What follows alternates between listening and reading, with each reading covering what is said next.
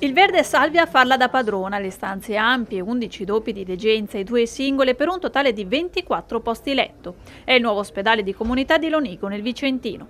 Una struttura dalla funzione intermedia tra il ricovero ospedaliero e il domicilio, dove le persone possono essere curate dopo le dimissioni dall'ospedale, non essendo ancora nelle condizioni di poter tornare tra le proprie mura domestiche.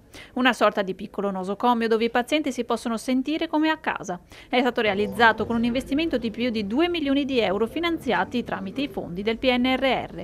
Si sviluppa su una superficie complessiva di più di 1000 metri quadrati in una porzione ristrutturata del monoblocco della struttura riabilitativa provinciale di Lonigo. Le stanze sono tutte dotate di bagni adatti anche alle persone con difficoltà motorie. All'interno della struttura ci sono anche 2 ambulatori medici, uno studio per il coordinatore infermieristico e altri spazi comuni per ospiti e personale.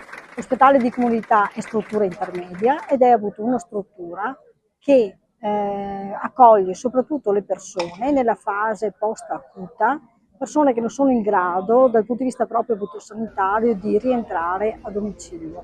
È previsto quindi appunto un periodo di degenza presso l'ospedale di comunità.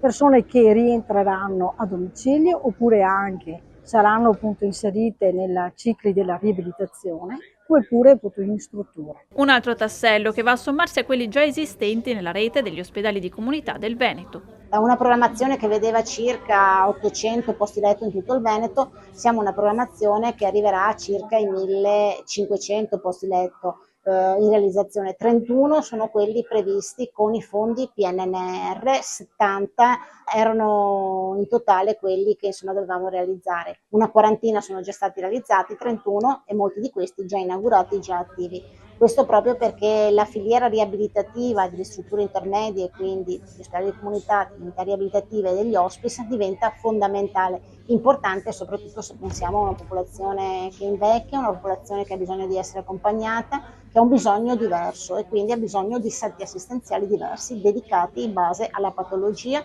al momento che la persona sta attraversando.